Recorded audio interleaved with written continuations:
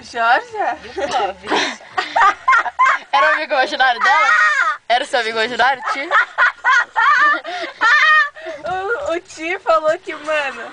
Era Ti o nome dele? Não, velho. Qual era o nome dele? Tita. Jó, qual era o nome dele?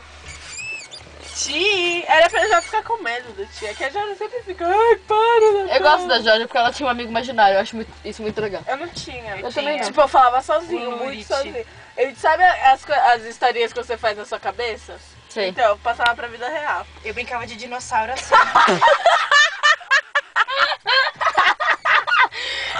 Juro por Deus, era assim, ó, mulherzinho e mulherzinho.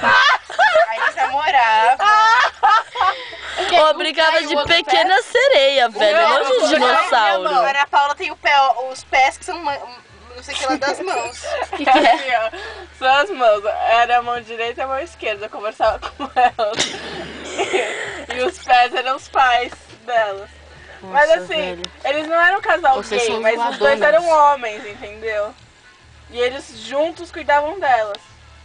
Ah, E a tá. mão esquerda era ruim e ela era boa. Ah, fora isso. As mãos eram o quê? Essa daqui era a que eu gostava e essa eu não gostava.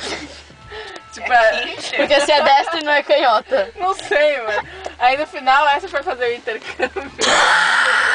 Juro por Deus. E daí ela voltou legal. Ela o quê? Ela voltou legal. E daí eu cresci. Cresceu de ano passado. Daí foi mais ou menos isso que a trama acabou.